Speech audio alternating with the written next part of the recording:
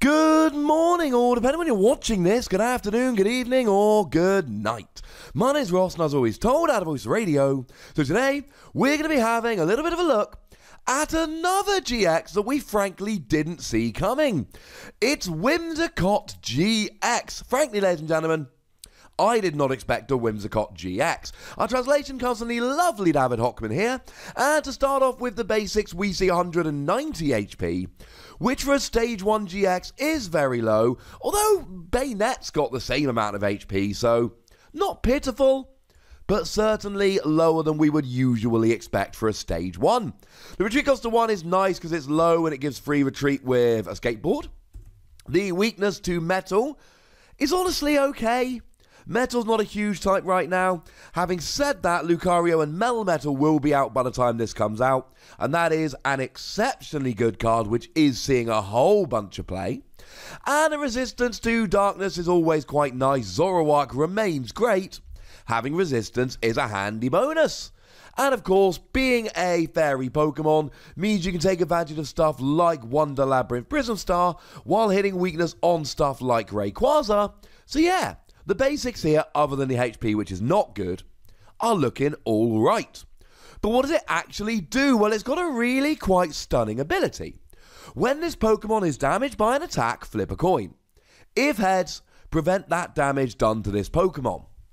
On average, half the time it is attacked, it will not take any damage.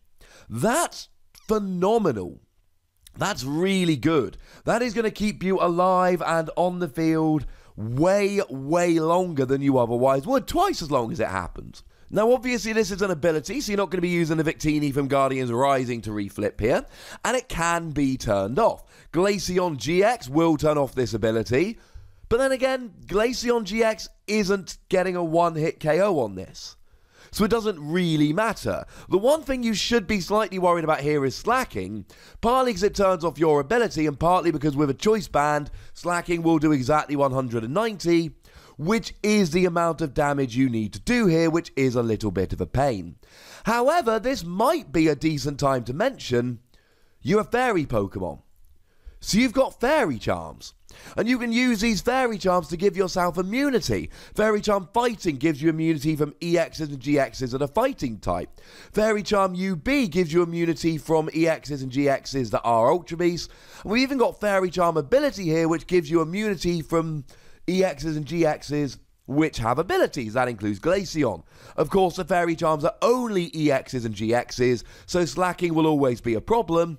And I mean it will always be a problem if it sees play, and at the moment it's basically seeing no play. So 50% of the time, you're not getting damaged by an attack here. That does mitigate the low HP quite a lot, and it means that you'll generally be trading 2 hits for 1. It means that Pokemon that can one-hit KO you should be winning in 6 attacks rather than 3, and Pokemon that are 2-hit KOing you should be winning. Instead of going 6 attacks to 2-hit KO a 2-prize Pokemon, it'll be taking them 12 attacks. This can legitimately win you the game. This can be the difference between winning and losing. And like I say, although the ability can be turned off, it's not particularly easy. This is a really good ability that can keep you on the field, keep you hitting, keep you rolling. It can really make the difference between a win and a loss here. It's not really a reason to play the card anyway. On a non-GX, you could use it as a stalling Pokemon, but I think the fact that you give up 2 prizes means that a stalling Pokemon isn't the best use for it. But if we've got some good attacks, this can be very nice indeed. So do we have good attacks? And the answer is, yeah, the first one I quite like. 10 damage. This attack does 30 more damage for each energy attached to this Pokemon. And you can see there in the wording, it is definitely energy, there's no fairy symbol. And this is very much like Gardevoir. You pile energy on, and then you smash. Except you're a Stage 1. And actually, Gardevoir here will be great with this, because Gardevoir lets you attach an extra energy during your turn. And oh look, that's going to be really quite handy. And it actually is better than Gardevoir. Well, better than Gardevoir if you're piling energy on and your opponent isn't. This does 10 damage plus 30 for each energy on you. Gardevoir does 30, no base, for each energy on both active Pokemon. So against a 0 energy Pokemon, this is better. Otherwise, yeah, Gardevoir does take it. But we've got some really good options here. We've got double colourless energy. That's an extra 60 damage. But we did look just the other day at triple acceleration energy, which only lasts for a single turn and can only be attached to an evolved Pokemon, but is free colourless energy. You attach that to Whimsicott here, and you're doing 90 extra damage. Now, admittedly, it's only for a single turn, but you're doing 90 extra damage. That's awesome. And I know it's not the easiest combo to pull off, but I've got to give a shout out to my boy Porygon Z here, because Porygon Z has a really nice ability that allows you to attach as many special energy as you like during your turn.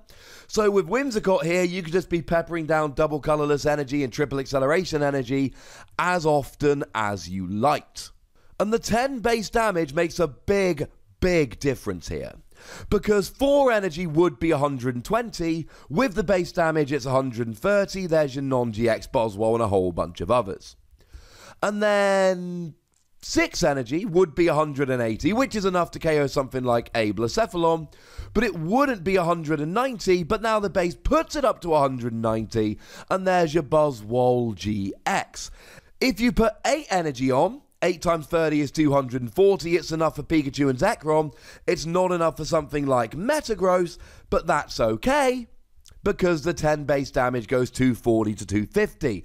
The 10 base here actually makes a huge difference to the numbers. There's so many times that being a multiple of 30 is not quite enough, and that extra 10 will put a KO, whereas it would otherwise not be a KO. The biggest downside of an attack like this is that you essentially have to pile energy on. You can't do what Gardevoir does and take advantage of your opponent attaching a bunch of energy, because this is only reliant, the damage from this, on the amount of energy on you. So you've got to hope that you can get enough energy on. But then when it goes down, you lose all that energy, and that's a bit of a problem. Gardevoir for a long time was popular with Max Potion, because your opponent has 1 or 2 energy on, you do kind of like 90 damage and keep Max Potioning, losing 1 damage. Whimsicott, you've got to stack your energy and smash. And that's where the ability comes in super handy, because half the time your opponent tries to attack you, they are going to fail, and you are going to have an awful lot of fun. Risky, because if they flip, or if you flip tails, you're still going down. And you'll still lose all that energy. But if you keep flipping heads... As for the GX attack here, it's literally Metagross's attack. It is Algorithm GX. 1 coloured energy, search your deck for 5 cards, put them into your hand, shuffle. The thing is, this is on a stage 1, not a stage 2, which means it's a turn earlier. And look, there's no way around it. This is a great attack. Yes, your opponent is going to try and play a Judge or a Marshadow the turn after you play this.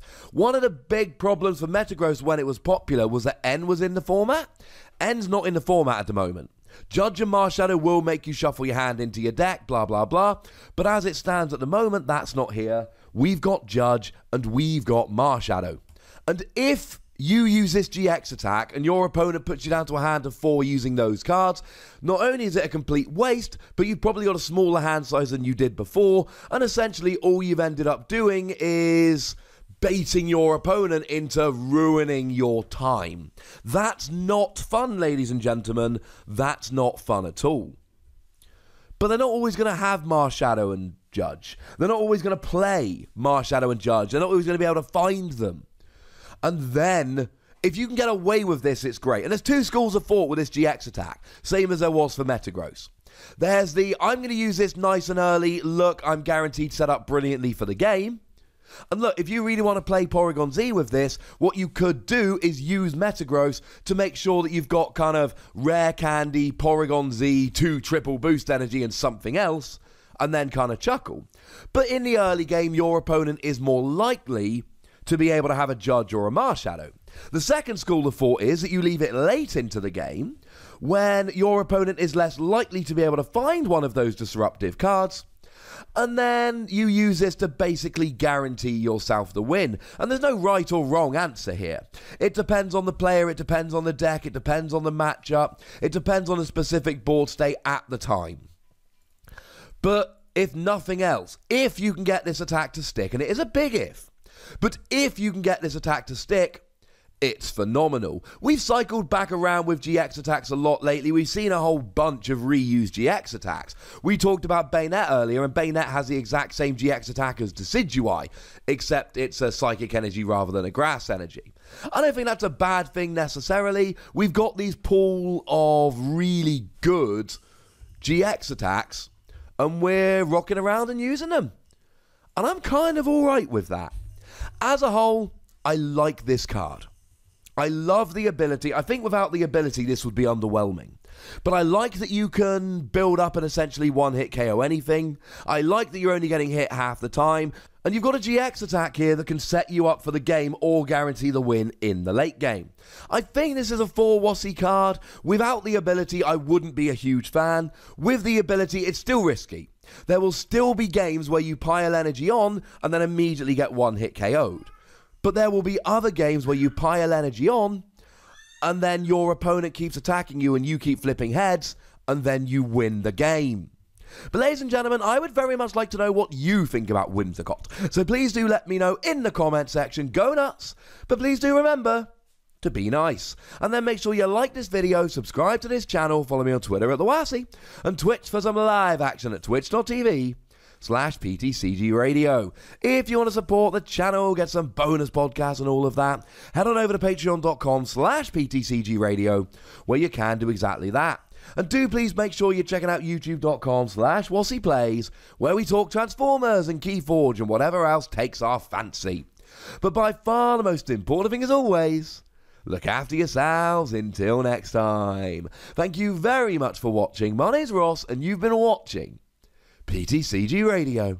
Seriously, did anyone think we were getting Whimsicott GX?